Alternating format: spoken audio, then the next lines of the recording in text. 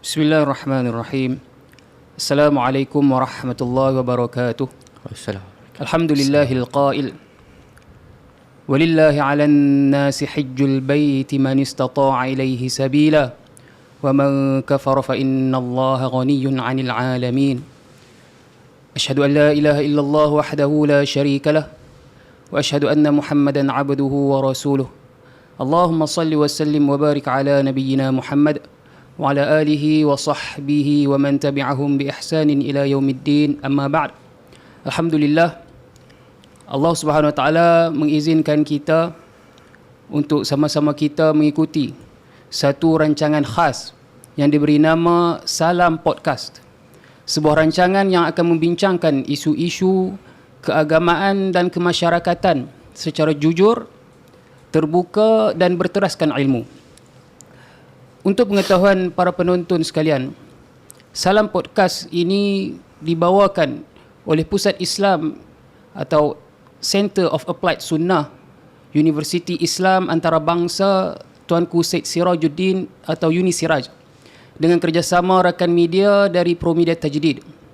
Saya ucapkan terima kasih kepada Ustaz Syazwan selaku pengarah Pusat Islam dan seluruh kaki tangan Pusat Islam serta sahabat-sahabat kru Promedia Tajdid di atas peluang yang diberikan kepada kami dan juga di atas usaha kalian untuk memastikan agar rancangan ini berjalan dengan lancar. Jazakumullahu khairan. Para penonton yang berbahagia, ana akhukum fillah wa uhibbukum fillah. Saya Muhammad Nasrullah bin Muhammad Nuh, moderator anda untuk rancangan hari ini. Pada hari ini kita memilih satu topik yang cukup penting namun sering dianggap ringan. Satu isu yang kontroversi namun perlu ditelusuri, iaitulah haji badal atau haji bedal, realiti di sebalik ibadah suci. Untuk mengupas persoalan ini dengan lebih mendalam, kami bawakan dua panel jemputan dari Uni Siraj yang berautoriti dan berkaliber di dalam bidang masing-masing dan mempunyai latar belakang keilmuan yang bukan sebarang. Panel yang pertama yang berada di hadapan saya, di sebelah kiri saya, yang dihormati Dr. Muhammad Lutfi bin Muhammad Masruh, pensyarah kanan di Jabatan Pengajian Syariah, Fakulti Pengajian Islam Uni Siraj. Selamat datang Doktor, saya ucapkan. Selamat datang, terima kasih. Assalamualaikum. Assalamualaikum. Panel yang kedua yang dikasihi Ustaz Muhammad Syauqi bin Saiful Suhardi, yang juga pensyarah di Jabatan Pengajian Syariah, Fakulti Pengajian Islam Uni Siraj. Selamat datang Ustaz. Ahlan bikum. Ustaz ni untuk pengetahuan semua merupakan guru saya jugalah. Semua lah saya. Gua ya, ni berguru dengan kita. asgharu minni sinnan lakin akbaru yani ilman insyaallah. La bilaks. Kedua-dua panel kita ini selain daripada bertugas sebagai pensyarah, ini sekadar maklumat tambahan. Selain bertugas sebagai pensyarah, kedua-dua panel kita ini mereka juga adalah pendakwah yang sedang meningkat naik dan semakin terkenal terutama di dalam negeri Perlis ini. Barakallahu fikum. Allah barik. Dengan pandangan dan pengalaman mereka yang luas, kita berharap dapat menelusuri topik ini secara ilmiah dan adil serta tuntas. Para penonton sekalian, Amirul Mukminin Umar bin Al-Khattab radhiyallahu anhu pernah menyebut, "Innama tunqadu 'ural islami 'urwatan idza nasha'a fil islami man lam ya'rifil jahiliyah." Simpulan Islam itu bisa terungkai satu demi satu simpulan bila mana muncul golongan yang tidak tahu apa itu jahiliyah. Begitu juga diriwayatkan bahawa Hudzaifah bin Al-Yaman pernah menyebut, beliau yang digelar juga sebagai sahibu sirrin Nabi sallallahu alaihi wasallam, beliau pernah menyebut, kana an-nasu yas'aluna Rasulullah sallallahu alaihi wasallam 'anil khair wa kuntu as'aluhu 'anil syarr makhafata an yudrikani. Manusia dahulunya sering bertanya Rasulullah tentang perkara kebaikan, namun aku bertanya kepada baginda tentang perkara keburukan kerana takut aku terjatuh ke dalam keburukan. Begitu juga sebuah syair, araftu syarra la li syarri, aku tahu tentang keburukan itu bukanlah kerana ingin melakukan keburukan, walakin li tawaqqihi, akan tetapi untuk membentengi diriku daripada keburukan tersebut. Faman lam ya'rif asy-syarra minal khairi yaqa' fihi. Siapa yang tidak dapat membezakan buruk dan baik, biasanya dia akan terjatuh ke dalam keburukan. tanpa melengahkan masa, saya langsung kepada panel yang pertama, iaitu Dr. Lutfi. Doktor, biasa kita kan bila mana kita belajar, terutama dalam disiplin ilmu dalam Islam ini, kita biasanya bila masuk sesuatu bab, kita akan lihat dari segi lughatan, yakni etimologi, dan juga dari segi istilahan ataupun terminologi. Jadi mungkin secara ringkas, kalau tak ringkas pun tak apa doktor. Kan? Doktor boleh, kalau boleh doktor terangkan apa yang dimaksudkan dengan an-niyabah fil hajj, atau yang terkenalnya disebut sebagai haji badal. Apakah memang ada di sana asas di dalam syariat? Silakan doktor. Bismillah, alhamdulillahi wahdah wassalatu wassalamu ala man la nabiyya ba'dah. Assalamualaikum warahmatullahi wabarakatuh. Alhamdulillah, pertama ingin ana ucapkan terima kasih pada Pusat Islam, secara khususnya Ustaz Syazwan dan sahabat-sahabat daripada Promedia Tajzid yang telah memberikan kesempatan untuk hadir pada malam ini. Tentunya ramai lagi yang lebih baik dan lebih berpengalaman. Tapi apa mungkin yang kami boleh kongsikan ana bersama Ustaz Syauqi pada malam ini berdasarkan pengalaman kami selama di Madinah. Baik, berkenaan soalan Ustaz tadi, an-niyabah fil hajj anil ghair bermaksud adalah seseorang yang menunaikan haji bagi pihak lain, secara bahasa maupun istilah, dengan niat yang ini perlu keikhlasan dalamnya, namun ada syarat-syaratnya. Antaranya adalah untuk orang yang tidak mampu kat sini, sama ada uzur kerana sakit atau dan sakitnya tidak ada diharapkan kesembuhannya, dan juga disebabkan kematian oleh orang tersebut. Ini berdasarkan asas beberapa dalil yang kita dapatkan daripada hadis Rasulullah sallallahu alaihi wasallam. Seorang wanita Juhainah datang kepada Rasulullah lalu berkata, "Inna ummi nazarat an tahuj." Sesungguhnya ibuku sudah bernazar untuk melaksanakan haji. Falam tahuj hatta matat afahuj annaha, dan beliau, yakni ibu aku, belum melaksanakan haji sampai dia meninggal dunia. Adakah aku harus melaksanakan haji untuknya? Maka kata Rasulullah SAW, "Na'am, hujji anha." Ya, kau haruslah melaksanakan haji untuknya. Dan adakah ara'aiti law kana ala ummiki dainun, kalau bagi ibumu dia memiliki hutang, adakah engkau akan membayarkannya, berkewajipan untuk membayarkannya? Maka kata Rasulullah SAW di sini satu perkataan yang menjadi perlu kita baris bawahi bagi tajuk malam ini, uqdullah fallah haqqa bil wafa. Maka tunaikanlah hak Allah, sesungguhnya hak Allah itu lebih berhak untuk ditunaikan. Kemudian asas yang kedua berdasarkan hadis Syubrumah. Baik, hadis Syubrumah ni hadis yang masyhur. Seorang sahabat yang mengatakan, labbaika an Syubrumah. Dia kata, kuat-kuat aku menyahut panggilan untuk melaksanakan haji untuk Syubrumah. Maka Rasulullah bertanya, siapa Syubrumah? Maka kata lelaki itu, kerabat aku, qaribun li. Kata Nabi SAW, adakah engkau sudah berhaji untuk dirimu? Maka kata dia, belum. Maka kata Rasulullah SAW, kau haji untuk diri kau sendiri dahulu, kemudian barulah hajikan untuk Syubrumah. Baik, ada kisah yang mungkin sedikit sebagai apa orang kata selaan lah, kisah yang agak lucu di Madinah. Jadi bila datang musim haji tu, sebahagian sahabat-sahabat daripada Afrika, dia akan tanya, "Indaka Syubrumah?" Jadi dia pakai bahasa kias. Engkau ada Syubrumah, maksudnya kau ada badal haji tak? Jadi kadang-kadang kita pertama kita macam tak faham. Kemudian jadi uruf sana lah, ada jadi uruf kat sana. Okey, yang Syubrumah tu di Syubrumah ya, kita ada.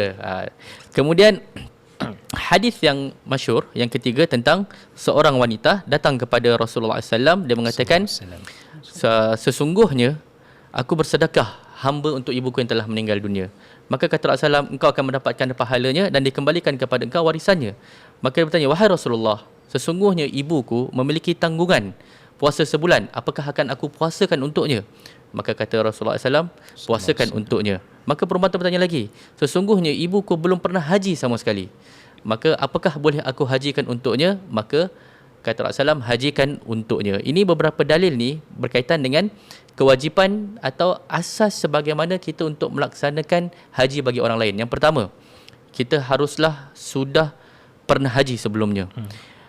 Para ulama bersepakat, kata Imam Nawawi, bolehnya haji untuk orang yang mati yang belum haji atau bagi orang uzur yang kekal. Maka bagi uzur yang tak kekal, contoh dia sakit dan diharapkan kesembuhannya, tidak ada perlu, atau orang yang dipenjara, mungkin dia boleh keluar lagi, dan pelbagai penyakit uzur yang boleh diharapkan kesembuhannya selepas itu, maka diperbolehkan untuknya, tidak diperbolehkan untuknya melaksanakan haji. Baik. Syekh bin Baz rahimahullah mengatakan, jika si mati tak sempat berhaji padahal dia mampu, maka wajib bagi warisnya menghajikan daripada harta peninggalannya. Walaupun dia tak berwasiat tu. Walaupun dia tidak berwasiat, tapi dengan syarat dia mampu. Dia mampu. Dia ada haji tapi dia tak mampu. Maksudnya dia tak sempat buat hal tersebut. Baik. Dan Syekh bin Utsaimin mengatakan, tidak boleh seorang menghajikan orang lain sebelum dia sendiri berhaji. Ini berdasarkan hadis Syubrumah tadi. Dan Syekh Albani rahimahullah mengatakan, haji badal bukanlah urusan duniawi. Hingga ibadah ini memerlukan keikhlasan. Ini nanti kita akan masuk pada pusingan berikutnya, kita akan sebutkan yang masukkan keikhlasan. Kenapa? Kerana orang menjadikan dia sebagai sekarang ni pusat untuk perniagaan. Ya, ini menarik ni. Ini antara yang kita nampaklah sekarang ni. Jadi secara intinya Al-Hafiz Ibn Hajar mengatakan, orang yang membolehkan menghaji orang lain itu semuanya bersepakat tidak diterima haji wajib kecuali untuk orang yang meninggal dunia atau lumpuh. Maka orang sakit termasuk yang tidak termasuk yang dibolehkan, kerana ada mungkin dia sembuh. Tidak juga orang gila, mungkin dia boleh normal balik. Tidak juga orang yang dipenjara, kerana ada harapan dia bebas. Tidak juga orang miskin, kerana boleh jadi dia kaya. Maka ini adalah batasan-batasan haji untuk mereka yang ingin melaksanakan badal untuk orang lain. Allahu alam. Tafadhal. Dia bagaimana doktor kalau orang yang sakit lah, kita kata la yurja ni bil bara'ah kan? Memang maksudnya ada kadar ukuran kan, macam mana kita nak tengok, kita tak faham. Mungkin ada panduan daripada para ulama kan. Maksudnya kita nak tahu penyakit yang macam mana ni. Adakah dengan zaman moden sekarang kita nak kena berpandukan pendapat doktor ke atau macam mana? Kan doktor? Yang ini betul. Tadi sebenarnya nak jawab, antara jawab. Jadi awal kan macam mana ni? Berdasarkan tak nak kita kena masuk, lihatlah apa pandangan doktor kat sini. Adakah penyakitnya akan sembuh atau tidak? Adakah dia akan mampu atau tidak? Dan ijtihad doktor tu la yunkaru taghyirul ahkam bi taghyiril azminah. Jadi hukum itu berjalan dengan hukum zaman itu tersebut, dan zaman itu berlaku dengan spesialis dalam bidang tersebut. Kalau doktor lah, doktor yang akan menentukan bahawa orang ini akan sembuh atau tidak. Jadi kadang-kadang doktor pun mungkin disihat dia salah. Ada banyak orang yang cakap dia tak sembuh, dia tinggal 3 hari lagi nak mati contoh. Tapi kemudian dia hidup. Tapi kalau macam mana doktor, kalau doktor bagi pendapat, bukan doktor Lutfi lah, doktor perubatan, dia bagi pendapat kita ini memang tak ada harapan untuk sembuh, kemudian waris tunaikan haji badal, tiba-tiba sembuh. Tiba-tiba sembuh. Kalau macam tu berdasarkan ijtihad tersebut, sepatutnya dia kerjakan boleh juga. kata dia kena buat balik semula kalau dia ada mampu dan ada kemungkinan untuk buat hal tersebut. Tapi kalau misalkan memang tak ada harapan sembuh dan rupanya tak sembuh, maka dah terlepaslah daripada hal tersebut. Allahualam. Dan biasanya doktor bila cakap macam tu, taklah dia hanya cakap memandai. Dia orang pun ada perkiraan yang mantap jugalah. Allahualam. Jazakumullah khairah doktor. Jadi saya sebelum langsung kepada Ustaz Syauqi, ana jujur malam ni memang alhamdulillah rasa sangat-sangat berbesar hati, berbangga bersama dengan dua ilmuwan, dan memang ana belajar banyaklah malam ni insya-Allah.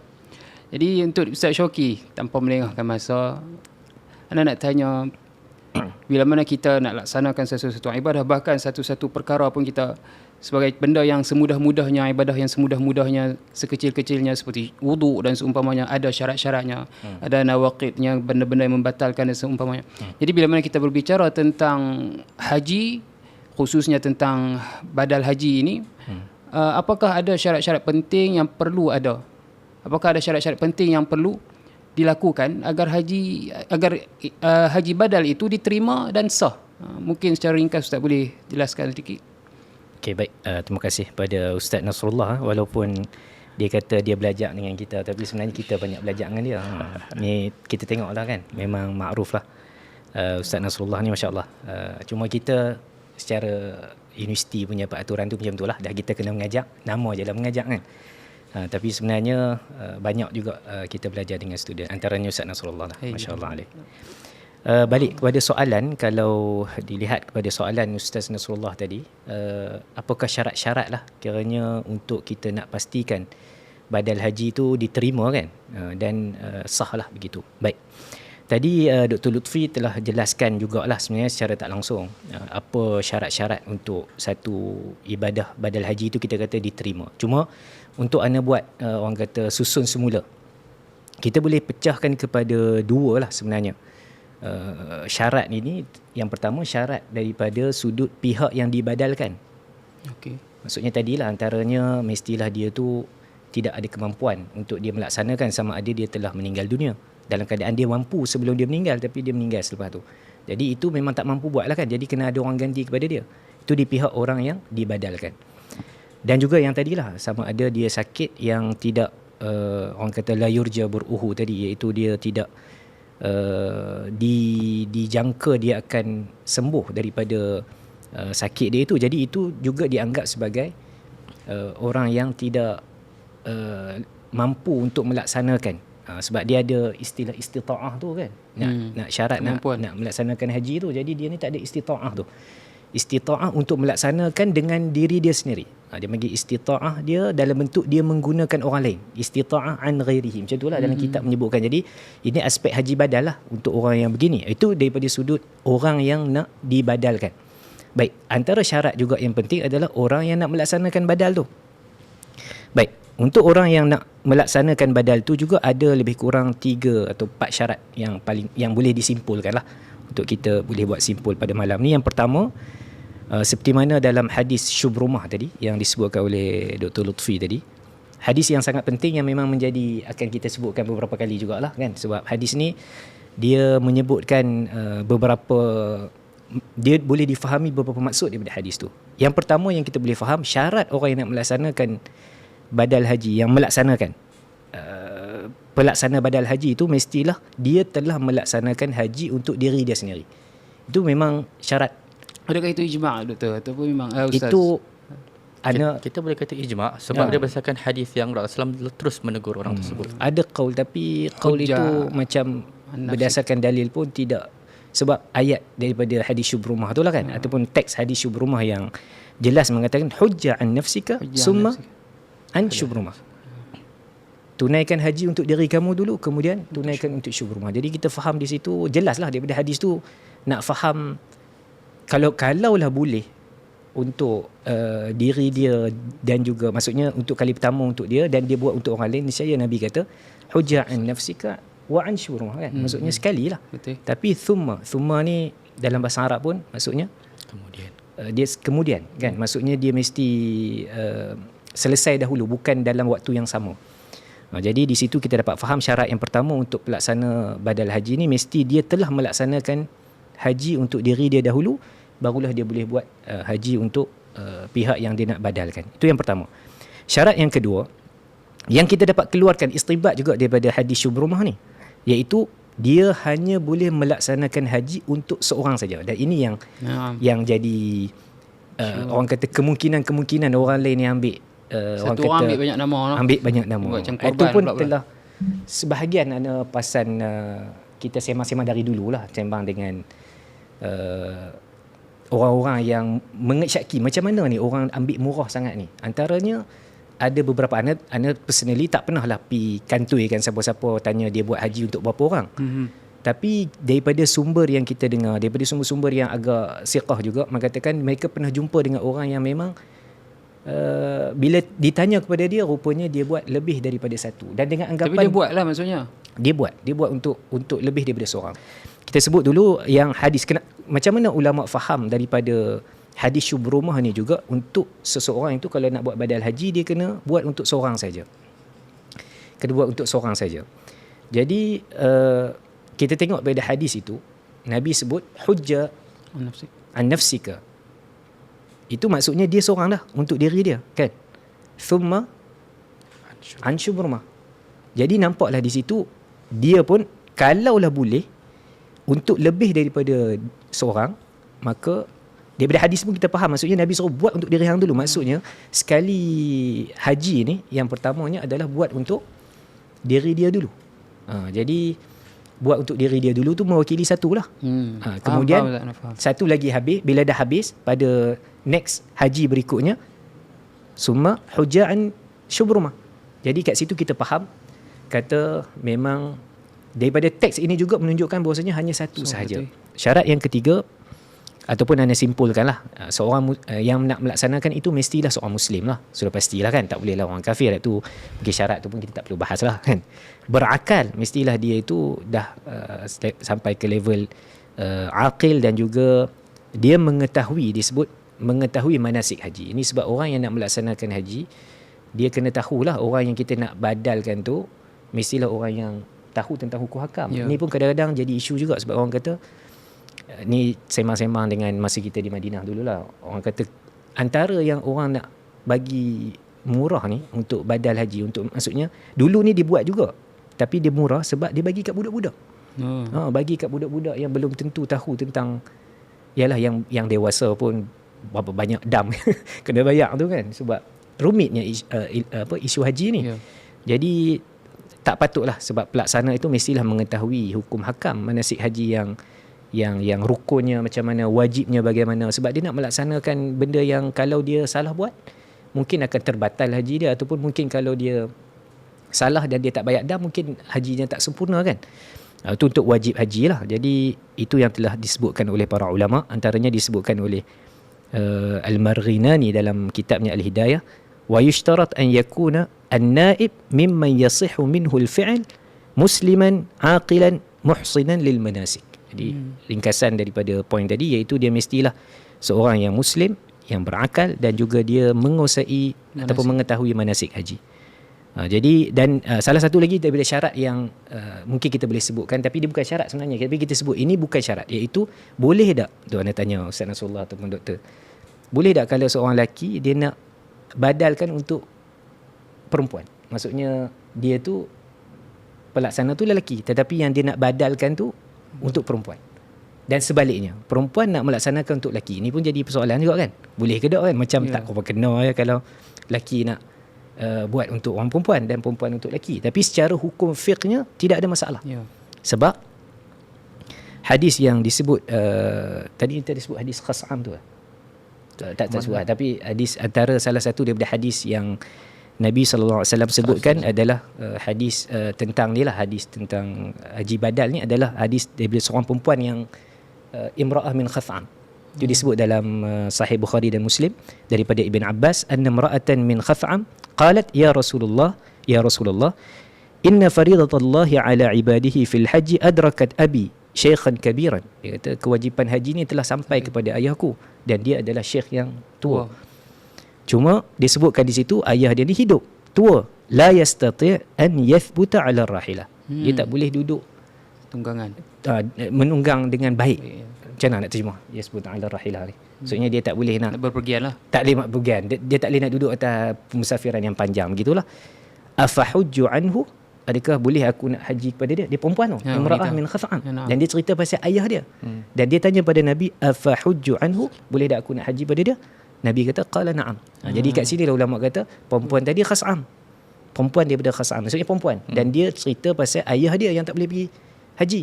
Jadi dia kata Nabi kata na'am. Jadi kat sinilah menunjukkan bahawasanya syarat untuk melaksanakan badal haji ni tidak orang kata tidak disyaratkan lah. Dalam konteks ni dia minta ana clearkan balik. Ini yang bukan syarat, iaitu mesti gender ataupun dia punya sama lelaki untuk gantikan lelaki. Cuma disebutkan oleh para ulama, dia afdalnya dan sempurnanya adalah lelaki yang melaksanakan untuk lelaki, sebab mungkin kesesuaian untuk ibadah-ibadah yang lelaki itu kena dengan badal untuk lelaki, tapi kalau yang perempuan mungkin kesesuaian ibadahnya pun sesuai dengan perempuan. Wallahu a'lam. Untuk soalan pertama. Terima kasih kepada Ustaz Syauqi, jazakumullah khairah. Jadi tu yang anda kata tu memang akan banyak benda baru yang anda akan dapat. Di antaranya berkenaan dengan hadis yang Ustaz sebut tu, betul bila kita fahami kalau benda tu boleh satu orang melaksanakan haji untuk setahun tersebut, boleh untuk dua orang, mesti baginda Nabi sallallahu alaihi wasallam benarkan. Okey, engkau haji untuk diri dan juga syubrumah. Sebab dia Nabi tanya memang engkau belum lagi berhaji. Jadi engkau berhaji untuk diri sendiri dan bersyukur rumah. Tapi tak Nabi SAW selesaikan dia kan. Betul. Dia punya haji baru kemudian untuk syukur rumah. Jadi bila kemudian Sajal kan dah sebut tentang hadis syukur rumah ni kan, dah doktor sebut dah jadi macam satu benda uruf di sana kan. Hal indaka syukur rumah, maksudnya faham dah. Nasib baik tak guna hal indaka Juhaina, sebab hadis tu berkenaan dengan wanita Juhaina. Saya lagi salah faham yang atatin Nabi sallallahu alaihi wasallam imra'atu min Juhaina wa hiya hubla min az-zina. Itu pun daripada Juhaina juga. Sajalah nak teringat bab tu kan. Okey. Jadi doktor, untuk seterusnya, sebelum soalan ini anda kemukakan kepada Dr. Lutfi, anda nak kongsi, anda baca lah, walaupun dia macam keluar sikit lah daripada kita punya tajuk pada malam ni. Mungkin nanti penghujungnya kalau ada kesempatan kita akan bahas. Okey, anda tengok dalam Facebook beberapa hari yang lepas lah, nak kaji untuk podcast malam ni kan. Ada satu orang ni, dia ada satu syarikat travel lah. Jadi dia post dalam Facebook dia sebut, ada yang bertanya sempat lagi apply haji tahun ni? Jawapannya ya. Tanpa deposit, PM segera visa haji. Itu yang pertama. Kemudian yang kedua, dia letakkan gambar di KLIA airport. Terima kasih mendoakan, saya belum boleh berangkat lagi sebab ada round 2 dan 3 jemaah haji akan berangkat lagi. Ada juga yang masih tengah proses visa mereka. Tapi bukan visa mujamalah. Mujamalah dah khalas. Doakan ada keajaiban mereka lulus visa haji. Amin. Doa kan? pula minta doa. Dia ambil dulu duit, lepas tu doa, minta doa. Tak tahu. Ana tak pandai takrif bab ni kan. Cuma jadi nak tanya. Sebab anda tengok komen-komen tu, mereka kata, mustahil visa haji masih ada dan semua, sebab dah last minute kan. Lebih kurang macam tu lah. Jadi ada unsur-unsur nak menipu lah. Kan? Dan kita nak bahas tentang haji badal ni memang kita maklum kemungkinan memang berlaku kan. Jadi soalan kepada doktor, sebagai doktor sendiri khirij ataupun graduan daripada Universiti Madinah, dia jadi universitas pada Indonesia. Universiti Madinah, ditambah dengan pengalaman doktor menguruskan jemaah haji dan seumpamanya. Adakah memang benar wujud fenomena yang disebut haji bedal ni, maksudnya penipuan lah dalam isu ni? Jika benar wujud, pada pandangan doktor, sejauh mana ataupun separah mana masalah ini? Silakan doktor. Bismillah. Alhamdulillah wahda wassalatu wassalamu ala man la nabiyya ba'da. Berkenaan badal haji ni dan semua yang berkaitan dengan haji, khususnya pada musim haji ni, kita boleh kata dia masa atau satu industri untuk orang mencari duit sebanyak-banyaknya. Saya pun boleh kata, kalau nak katalah daripada pengalaman kawan-kawan di sana dan kita saksikan sendiri, kerja kat sana tu time musim haji, orang boleh dapat mungkin gaji kami setahun 2 tahun di sini. Oh, masya-Allah. Besar tu. Satu musim haji. Satu musim haji, bahkan lebih. Tapi yang jadi masalah dia, orang dah tak fikir halal atau haram.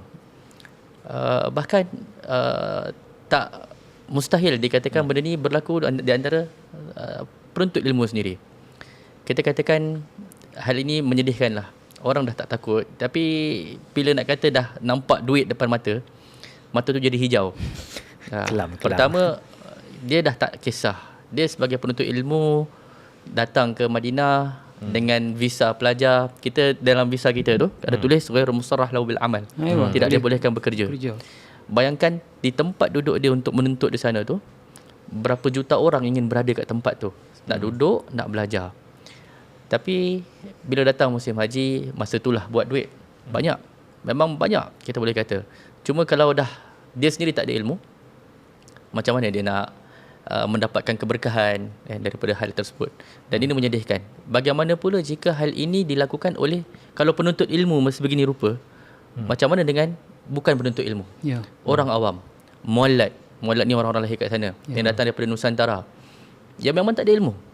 Jadi bila mereka ditugaskan dengan hal ini, mereka tinggal di Mekah kan, pastinya tanpa ilmu seperti yang Ustaz Syauqi cakap, macam mana mereka nak mengerjakan satu ibadah? Sedangkan perlu ada ilmu dalam manasik tersebut, kemudian rasa takut kepada Allah, ikhlas sesuai dengan sunnah, yang mana ni semua syarat-syarat untuk amalan tu diterima oleh Allah Subhanahu Wa Taala. Dan dalam beberapa tahun yang lalu kita saksikan bukti orang sendiri yang menyaksikan dekat depan Jabal Jabal, orang kata Jabal Rahmah, tapi kita bukan Jabal Rahmah, Arafah lah. Jabal Arafah. Jabal Arafah tu. Dia satu sindiket ni, dia bawa nama, kemudian tinggal ganti je nama-nama tersebut. Dan benda ni bukan suatu hal yang mustahil berlaku. Ada tengok dalam Facebook, dia buat dekat gambar Kaabah tu, Doktor. Ambil gambar. Tu pun ada juga. Tu lagi dahsyat tu. Tu lagi. Maksudnya level Jadi Doktor sebut di Arafah gagah lagi lah kan.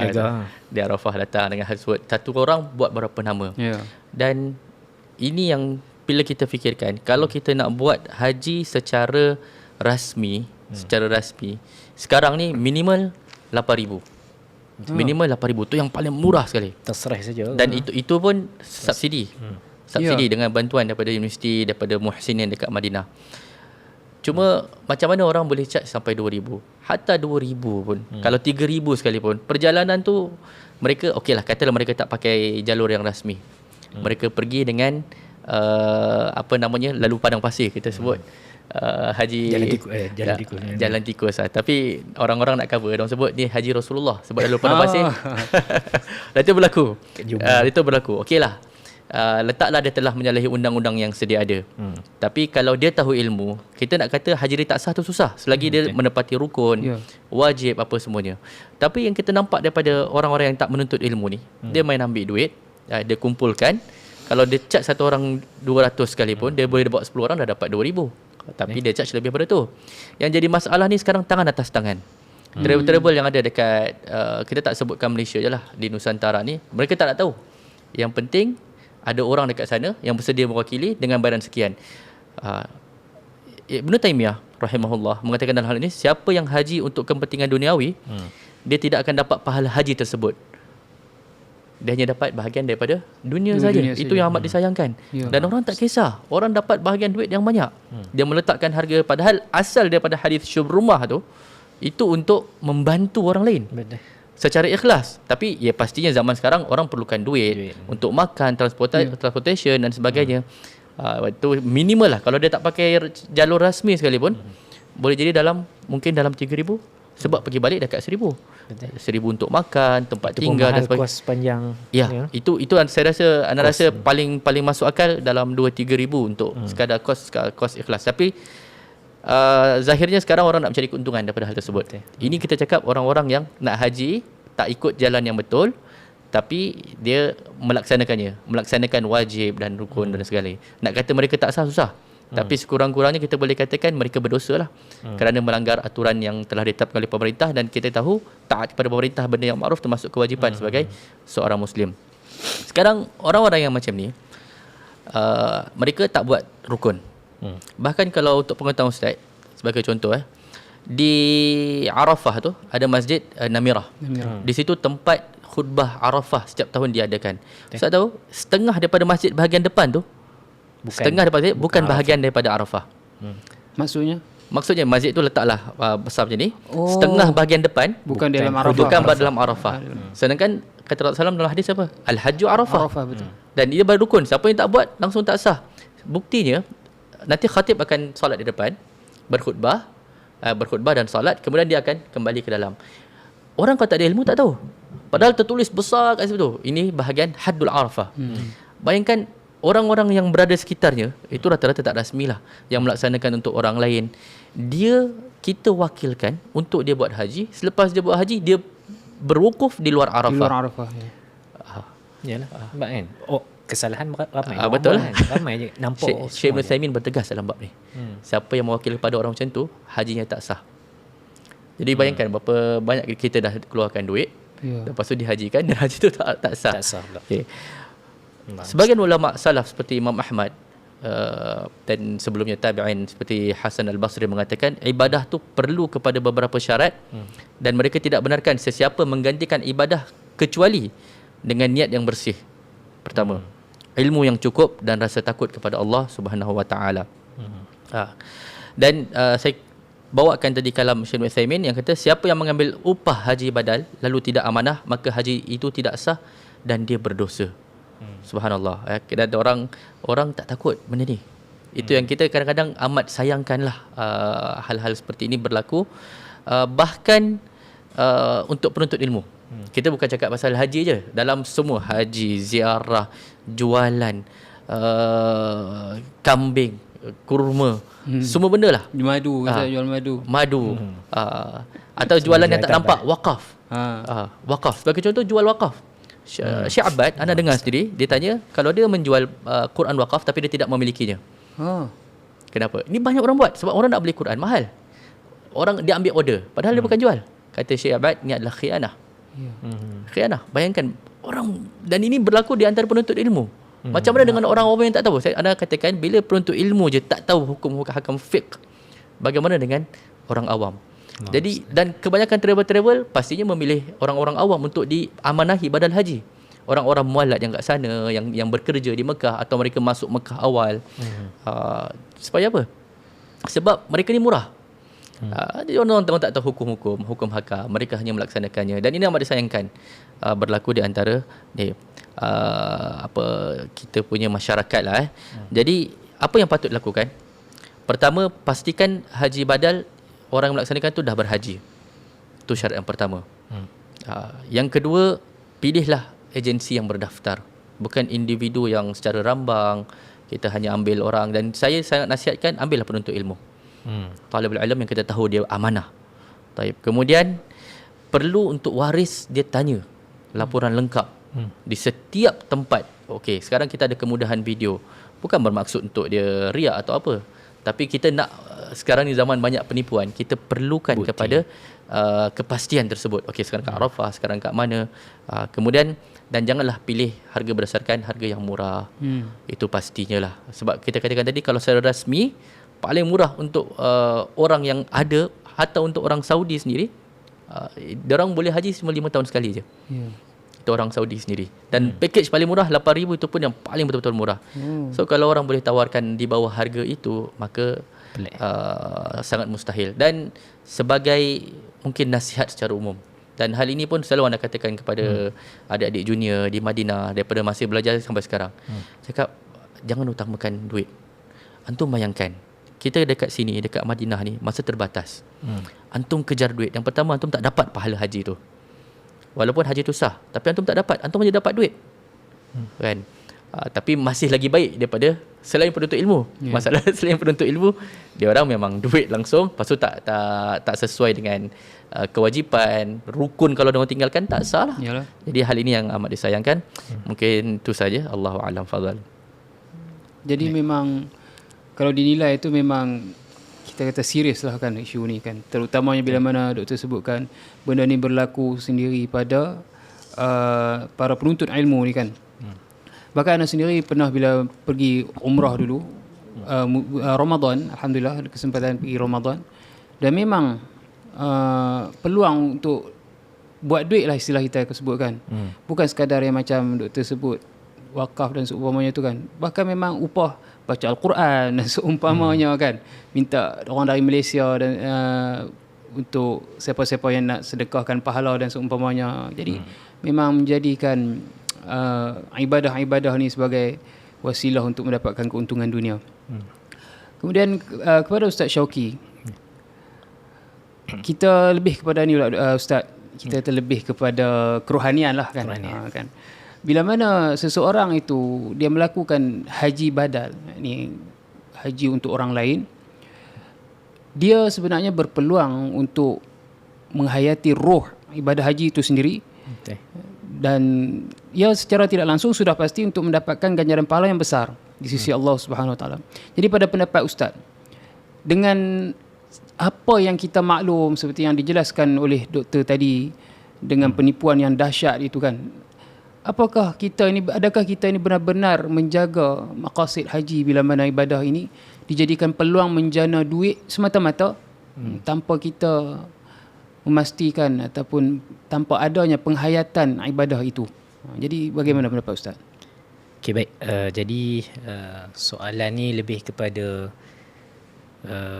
nak tengok daripada sudut macam mana kita nak menanggapi lah kan masalah ibadah badal haji ni kan. Sebab betul memang dia adalah ibadah haji, dan badal haji ni juga bukanlah kata ada larangan khusus terus, maksudnya untuk mengambil duit daripada pihak yang kita nak badalkan kan. Jadi macam mana kita nak mengimbangi lah, begitulah lebih kurang kot.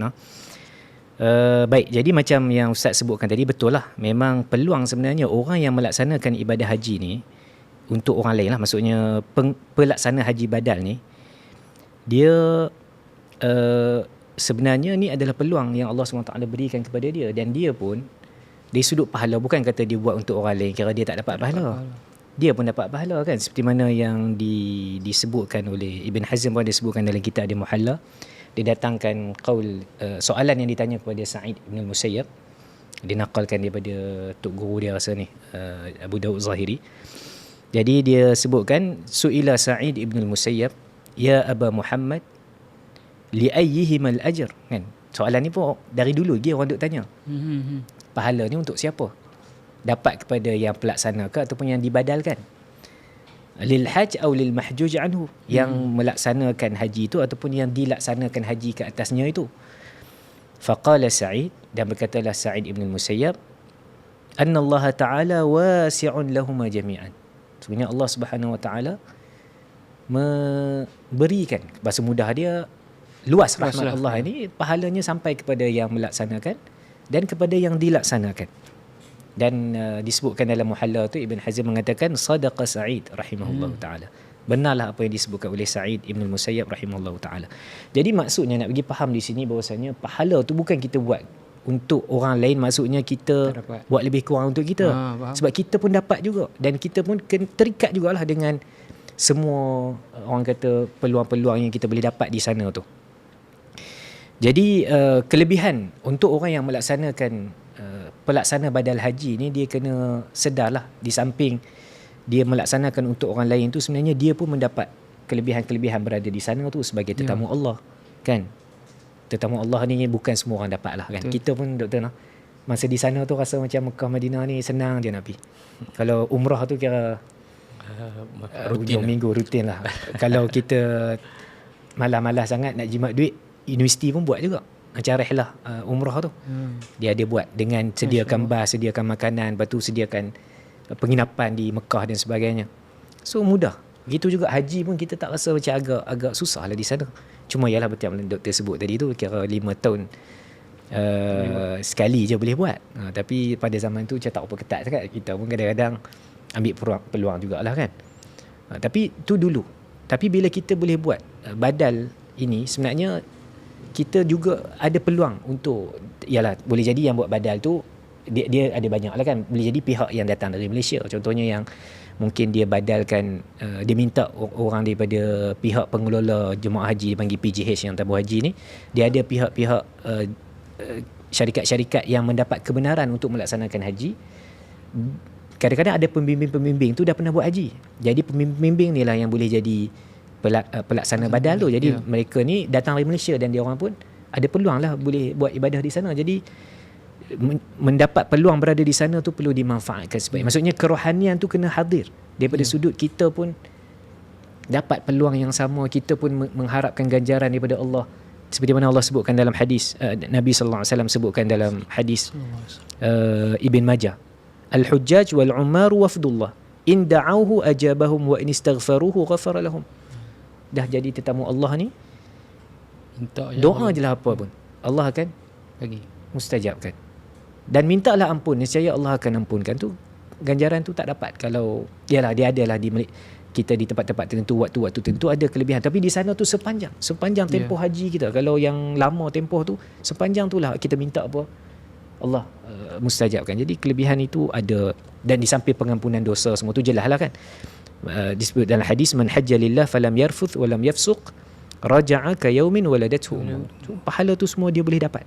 Ganjaran syurga, hajjul mabrur laisa lahu jaza illa al-jannah. So ni semua ganjaran-ganjaran yang pembadal haji.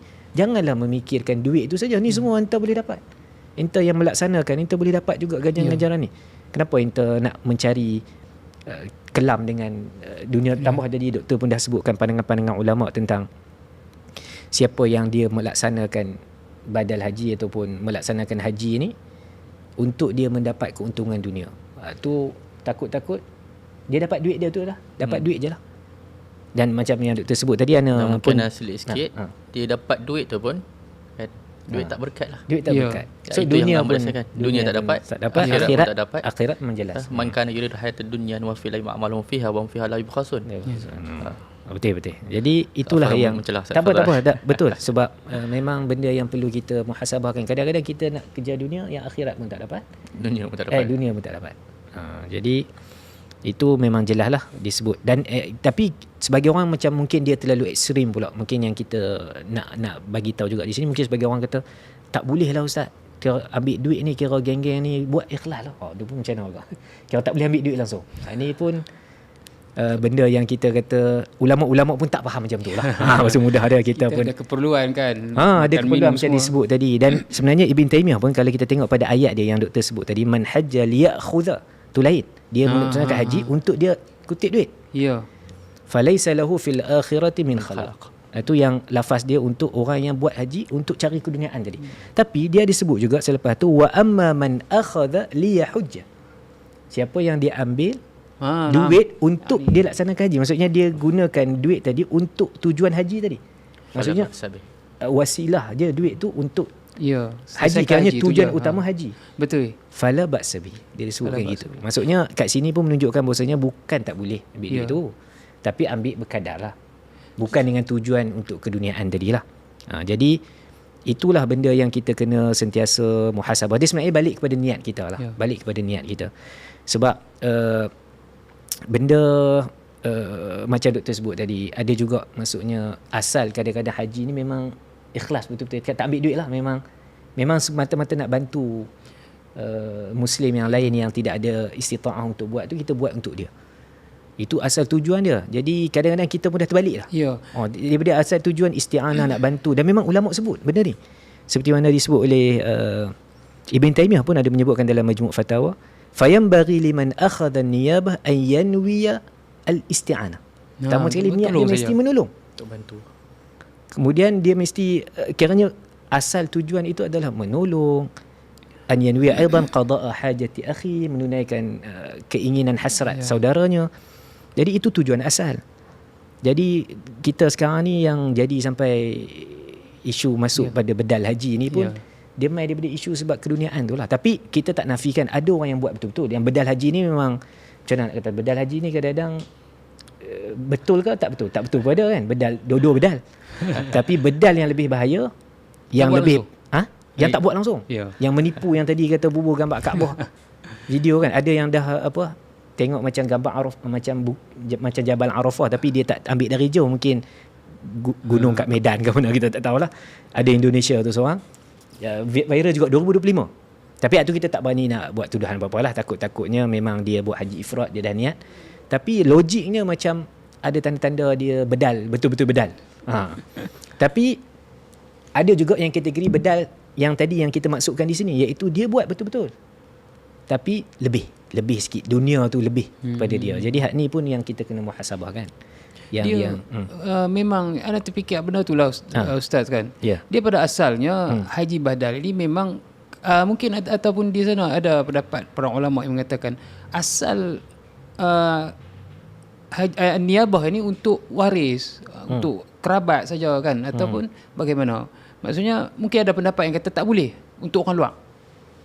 Itu tak ada. Tapi maksudnya memang seperti mana yang Ustaz sebut, dia asalnya itu seperti mana yang Ustaz nakalkan kalam Ibn Taymiyah kan. Maksudnya kalau nak berhaji itu tujuan untuk mendapatkan keuntungan, itu masalah. Tapi kalau dia itu memang tujuan untuk berhaji, jadi bila mana kita kata buang belanja itu hanya digunakan untuk menyelesaikan haji, itu tak ada masalah kan. Tapi bukannya digunakan haji itu mendapat keuntungan, itu yang jadi masalah. Niat kan? Dia balik pada isu niat lah kan, masalah dia. Jadi itulah kita pun tak mau menghukum siapa-siapa, tapi setiap orang muhasabah. Kita pun bab-bab ni dia benda yang dalam lah. Kita pun tak boleh nak menghukum orang tu dengan apa yang kita nampak pada zahir. Sebab yalah kan, benda ni dia isu niat. Jadi niat dia, kadang-kadang orang tu pun mungkin dia ada kesukaran dia, jadi dia ambil kos itu dengan perkhidmatan yang sesuai dengan dia. Tak apalah, kita pun mungkin lebih pada tanggapan kita nampak macam dia ambil lebih. Tapi rupanya perkhidmatan dia memang selayaknya dengan duit tu. Pun okey untuk khidmat kepada jemaah dan sebagainya. Kita tak kata kalau bagi servis yang betul, okeylah duit kadar tu. Dan maksudnya dengan nilaian saja kita tak boleh nak hukum juga kan. Tapi kita macam orang kata fishy gitu je lah kan. Cuma kita tak boleh nak buat tuduhan dan sebagainya. Tapi yang penting setiap orang tu dia muhasabah kalau dia terlibat dalam mana-mana agensi sebagai pelaksana badal ke ataupun sebagai penyedia badal ke ataupun maksudnya dia sebagai syarikat yang berurusan dalam masalah ni, dia muhasabahkan sebab haji ni adalah ibadah yang mana kita disebut sebagai tujuan itu adalah tujuan ibadah lah. Itu yang kita kena sentiasa muhasabah, tapi tidak menghalang juga sebab tak silap macam sebelum turunnya ayat watazawwadu fa inna khairaz zadi taqwa tu pun maksudnya ada yang memahami bahawasanya bila pergi haji tu tak boleh langsung, dia tak ada duit yang cukup dan maksudnya adakah dia tak boleh nak berbekal langsung dengan duit-duit untuk cukupkan perjalanan dia. Jadi disebutkan daripada hadis ataupun daripada ayat Quran yang sebab ada hadis juga yang dengan lafaz yang menyebutkan begitulah. Jadi menunjukkan maksudnya boleh, cuma sebaik-baik bekalan adalah takwa. Maksudnya still duit itu bukan keutamaan macam tu. Betul. Bukan tak boleh langsung cari duit. Maksudnya ada juga hadis-hadis yang membenarkan. Jadi mungkin atas sebab tu ulama menyebutkan kebenaran itu. Tapi still hadis tu ataupun ayat Quran menyebutkan fa inna khairaz zadi taqwa. So takwa itu yang lebih patut diutamakan. Dan memang dalam bab haji ni doktor pun tahu, ustaz pun tahu, kita ayat Quran takkan lepas daripada perbahasan-perbahasan takwa. Jadi memang telah disebutkan dalam Al-Quran dan hadis berkenaan itu. Jadi itulah maksudnya mungkin yang boleh Ana sebutkan lah berkenaan dengan bagaimana dalam isu berkenaan dengan melaksanakan badal dan dalam masa yang sama dalam isu supaya niat kita tu tak bertujuan keduniaan sangatlah. Allah Alam. Terima kasih Ustaz. Untuk pusingan yang seterusnya sebelum Ana ajukan soalan kepada doktor, tadi Ana terlupa nak mencelah sikit doktor berkenaan dengan yang doktor sebutkan sekurang-kurangnya nilai tu kan bayaran tu untuk tasrih kalau tak silap Ana kan.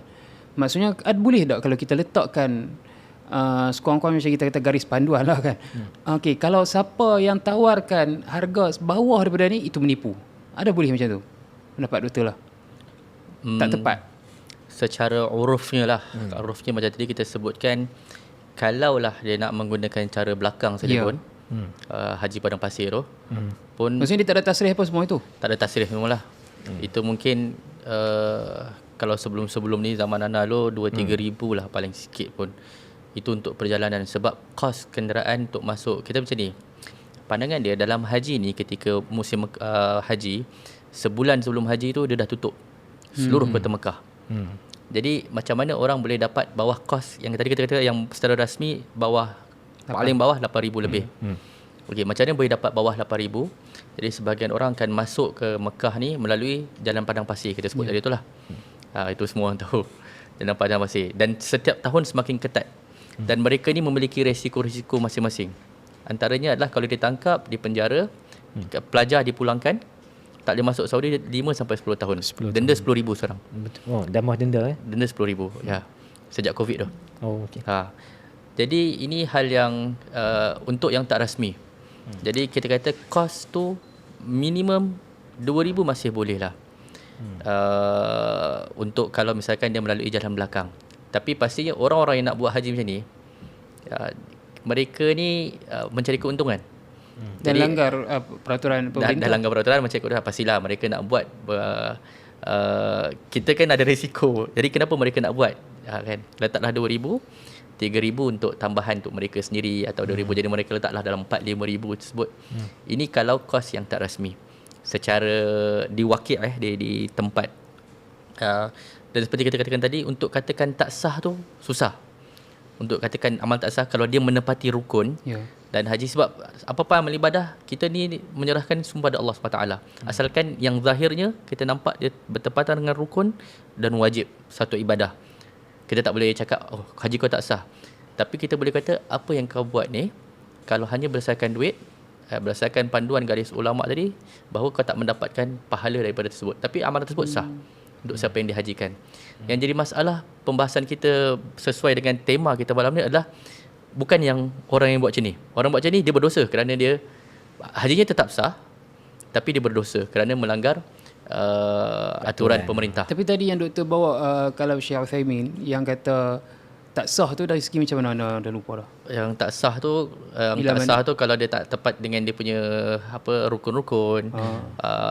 Kemudian dia buat asal boleh je lah, tanpa ilmu lah. Tanpa ilmu. Tanpa ilmu, seperti yang mana kita nampak pada zaman sekarang, mereka tu ramai, bukan sedikit. Satu orang buat lebih pada orang lain, dan itulah kenyataannya yang di tempat sekarang ni lah, yang kita takut benda tu terjadi. Dan dia bab duit ni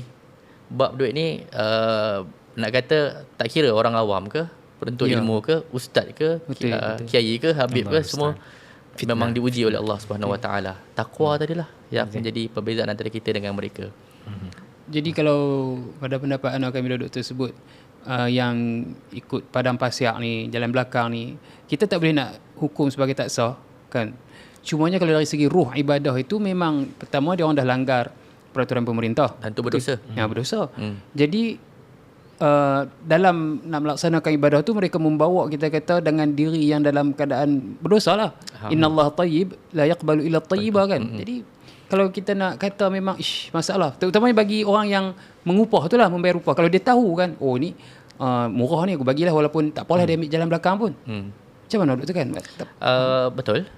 Dan ni soalan ni kami tanyakan pada guru-guru kami di Madinah. Antaranya saya ingat Syekh Abdul Razak. Dia kata dia nak kata susah untuk kita kata tak sah. Tetapi kita boleh kata sekurang-kurangnya haji tak mabrur. Ya.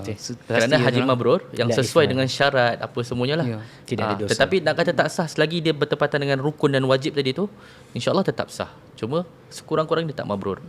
Jadi amat disayangkanlah kalau misalkan daripada orang luar, kita dah lah nak menghajikan, contohlah ibu kita, ayah kita, orang kita sayang, lepas tu kita titipkan pada orang seperti ini dan hajinya tidak mabrur. Kerana haji yang mabrur tu yang laisa lahu jazaan ilal jannah, tak ada pahala kecuali untuk syurga.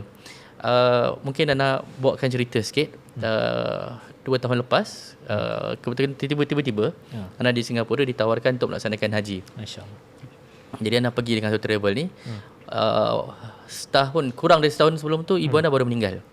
Jadi padahal ibu Ana dah pernah haji. Tapi Ana macam, okeylah aku nak bagi pahala haji untuk ibu aku. Ana masuk ke Madinah, berjumpa dengan Syekh Mahmud Qadah. Oh, masya-Allah. Ana nyatakanlah SV tak bukan sebenarnya. Saya FV Ariful Bahri. Baik sana. Tapi kita orang Malaysia, orang Melayu, kita sayang dengan dia lah. Rapat dengan dia. Jadi Ana cakap, Syekh, macam ni. Tadi kan sebab Ustaz bawa, adakah kita perlu haji untuk hanya kerabat saja? Itu asalnya. Sebab berdasarkan hadis Syubrumah, dia qaribun li. Kira aku punya kerabat. Jadi Anda katakan, Syekh, ibu aku dah haji. Ibu aku baru meninggal. Aku nak hajikan untuk ibu aku. Tapi posisi yang kedua adalah nenek daripada isteri aku tidak memiliki kekerabatan dengan aku. Tapi dia belum pernah haji. Tapi aku nak bagi pahala untuk ibu aku. Tapi yang ni belum haji faridah. Syekh cakap yang lebih baik kau hajikan untuk orang yang belum haji. Tapi dia bukan aku punya saudara je. Aku tak ada ni dan aku sayang ibu aku. Cakap, insya-Allah kalau kau buat macam ni, kau tak ambil duit kan, kau dapat pahala haji tersebut dan kau boleh hadiahkan pada ibu kau. Kau dapat ini, kau dapat itu. Itu lebih baik. Kadang-kadang kita ni banyak fikir lebih kepada kuantiti. Bukan kualiti satu ibadah. Kerana haji faridah tu, haji Islam, hajatul Islam, tu yang faridah, yang wajib. Kan? Jadi berkenaan dengan hal tersebut juga perlu kita ketahui, ilmu lah perlu dalam bab ni. Mana yang lebih afdal yang perlu kita lakukan, adakah ada mindu atau tidak. Mungkin cerita yang kedua, kami dulu ada senior daripada Indonesia, masya-Allah, Ustaz Abdullah Zain. Dia hafizahullah, dia kalau buatkan badal, dia buat badal dan dia buat secara rasmi. Sebab dulu kita ada macam program bawah Hay'ah Syu'un Islamiyah, Hay'ah. Jadi Widarah Syu'un Islamiyah. Jadi dia kalau dapat badal, contoh sekian, kemudian dia akan pergi ke sekian, habis sekian, contohlah dapat 5,000 contoh je. Katalah dia habis 2,000. Dia akan pastikan kepada orang yang bagi dia badal, cakap, okey, ni ada bagi 3,000, saya habiskan seperti ni. Sampai segitu jujur. Cakap begini. Kadang-kadang orang ambil balik. Kat situlah keikhlasan kita diuji. Ya. Tapi mostly orang cakap tak apalah, ambil untuk kau. Dia tahu pun untuk toilet pun dia bagi tahu kan. Tapi ini amalan yang sangat berlainan dengan yang kita jumpa sekarang. Semua orang buat untuk apa? Untuk dapat upah tu. Bila dapat upah tu dia tak dapat pahala. Haji tu sah, tapi dia tak dapat pahala lah. Tak dapat pahala, duit tu pun kita kata pergi ke mana kan. Mungkin itulah. Mencelah sikit doktor, kalau boleh tak kalau okey, orang macam pelajar di Madinah seumpamanya, okey dia dah laksanakan haji untuk dirinya, kemudian dia berharap untuk boleh haji setiap tahun ataupun setahun 2 tahun sekali kan.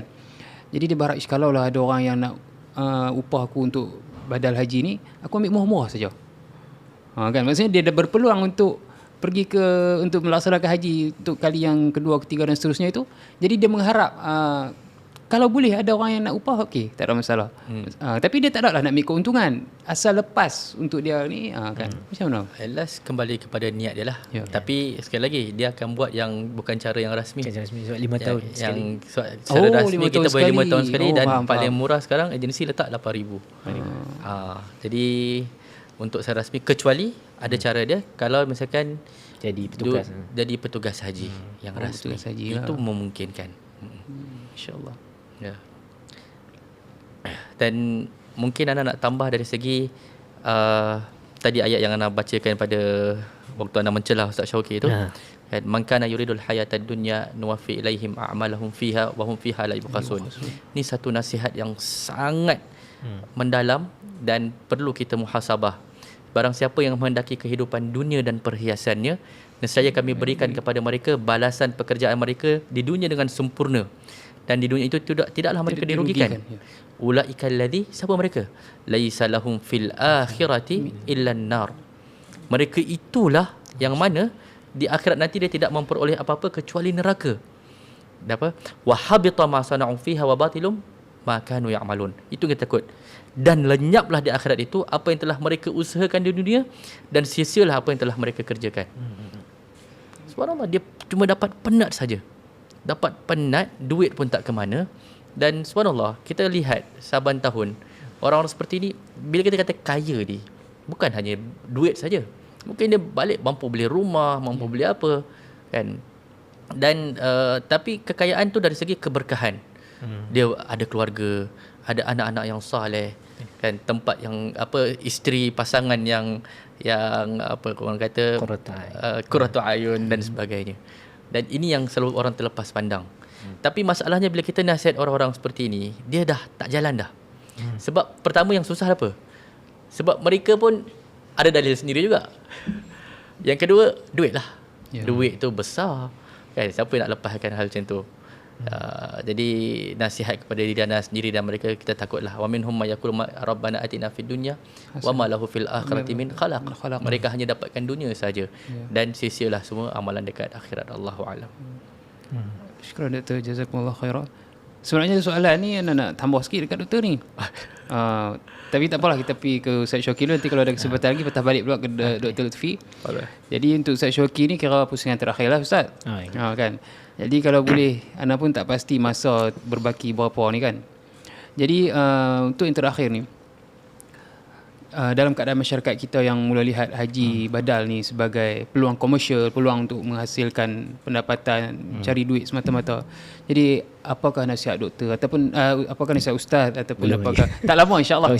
Apakah nasihat ustaz kepada para pendakwah, yakni bagaimana peranan pendakwah dan juga pihak berautoriti dalam mengembalikan kesedaran tentang maqasid dan kemuliaan sebenar ibadah ini.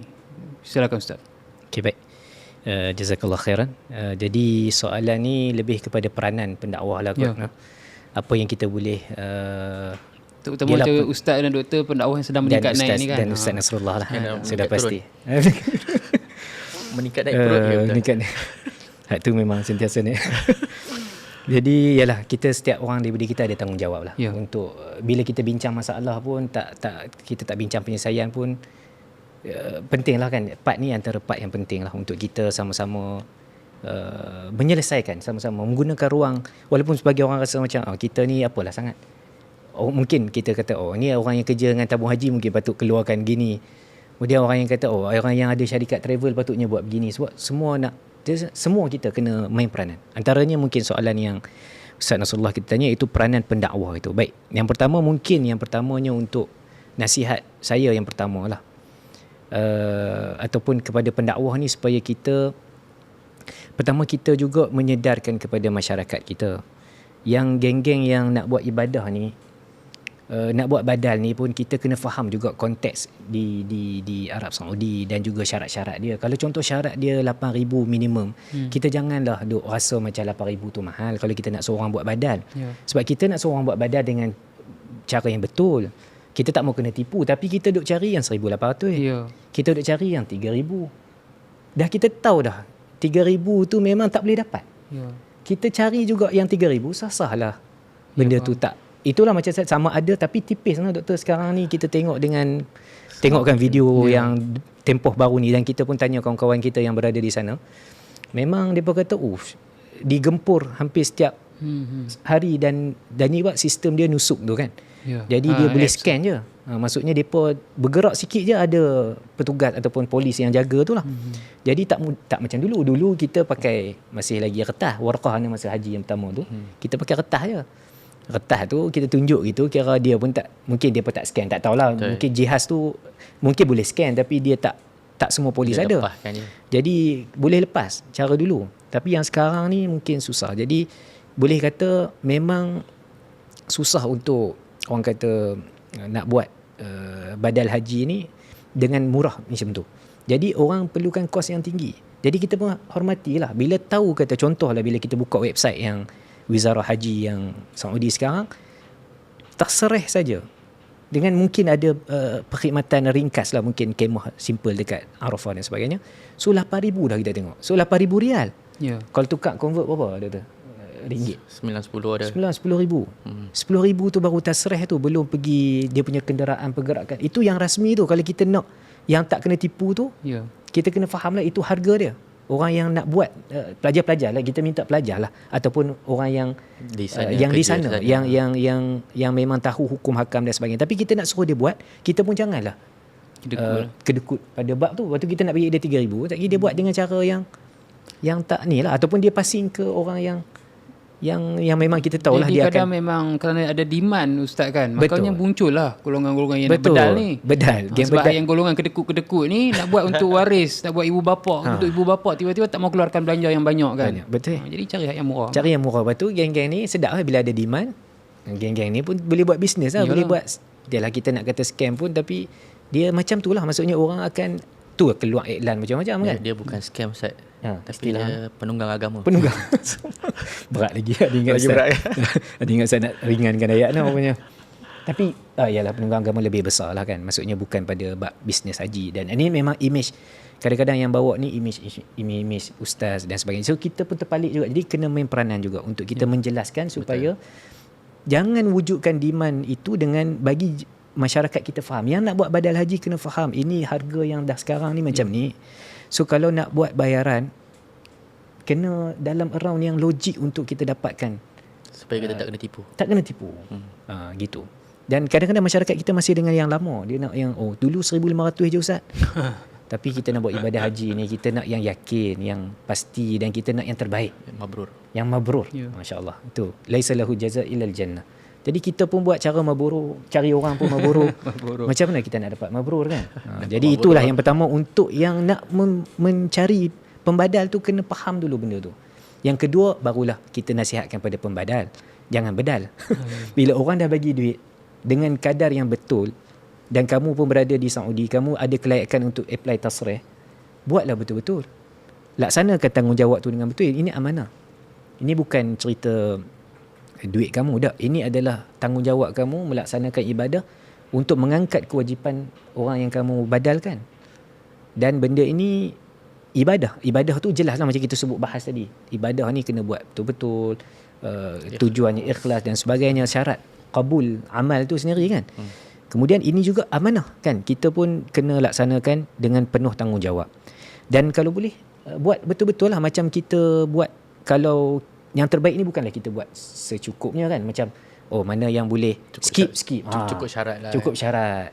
Ni pun masalah juga dalam haji ni, kadang-kadang orang yang suka skip. Ni boleh skip, ni boleh skip. So skip tu dia bukan petanda yang baik untuk seorang tu melaksanakan. Walaupun kita tak kata salah, kalau ada haraj, kalau ada masyaqqah, itu kita pun tak halang. Nabi pun sebut if'al wala haraj dalam beberapa keadaan amalan haji. Betul. Tapi kena ingat, haji ni dia ibadah. Khudhu anni manasikakum. Macam mana Nabi buatlah macam tu. Tapi ialah ada haraj, ada masyaqqah, kita tak halang. Boleh ada, tak boleh nak melontar, perlu wakil ke orang dan sebagainya, tak apa. Tapi kalau tak ada haraj, tak ada masyaqqah, janganlah kita skip hak tu, skip hak ni dalam keadaan tak ada masyaqqah. Jadi pembadal-pembadal kena sentiasa diingatkan. Kita pun kena menjelaskan jugalah. Jadi mungkin itu kot nasihat ringkas.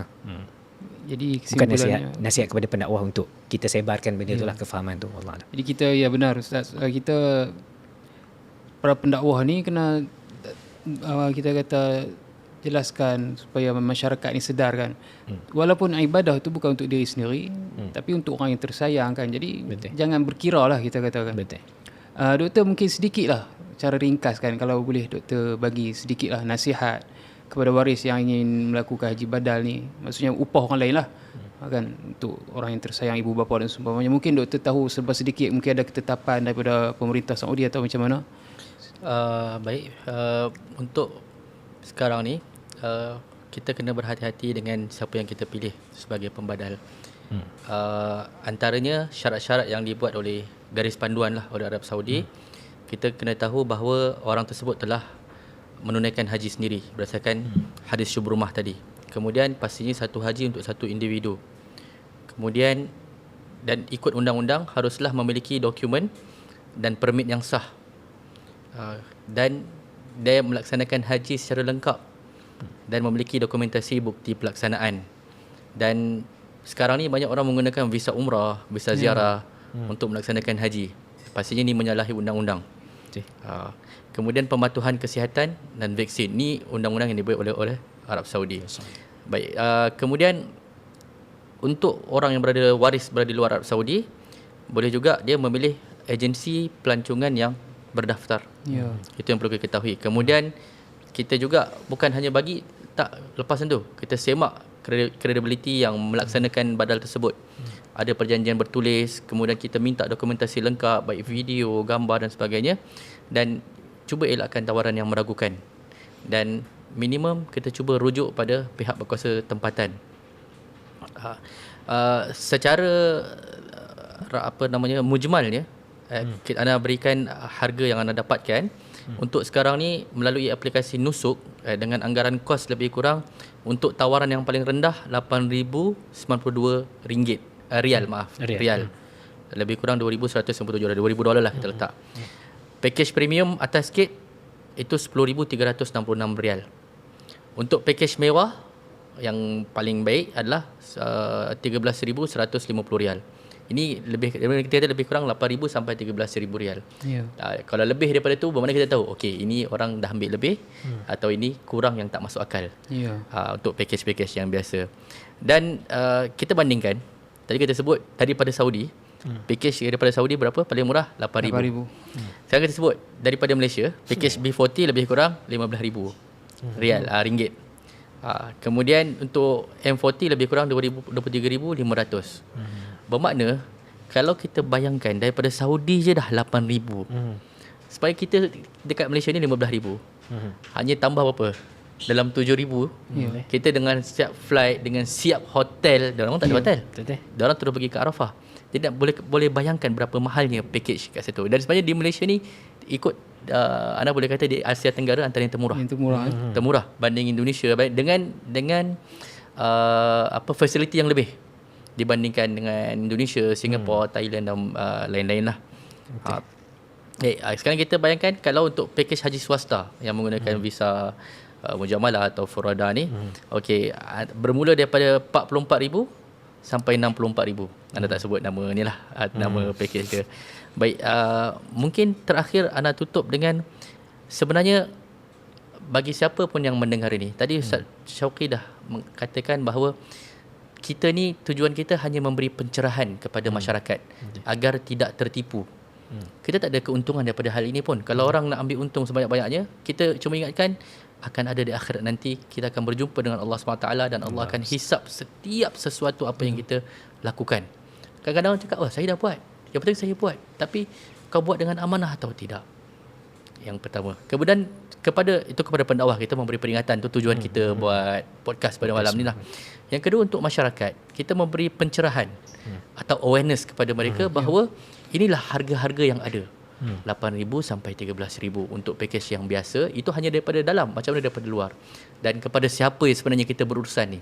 Kebanyakan travel-travel yang tidak mementingkan fiqh muamalat, yang tak takut dengan Allah SWT. Mereka hanya, aku dah percaya dengan orang sana, aku tahu dia tak percaya, lepas tangan.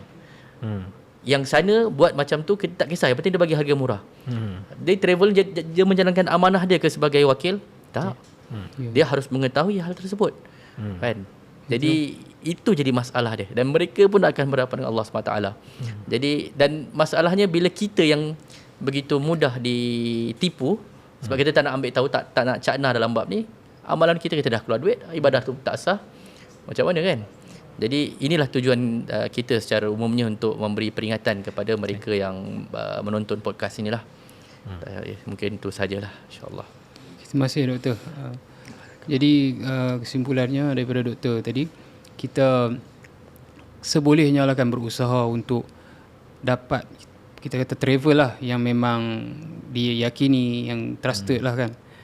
Kemudian agensi berdaftar. Agensi yang berdaftar kan. Jadi apa yang Doktor sampaikan tadi dari segi nilai seumpamanya itu boleh jadi garis panduan lah sekurang-kurangnya kan. Sekurang-kurangnya. Bayangan lah. Ya.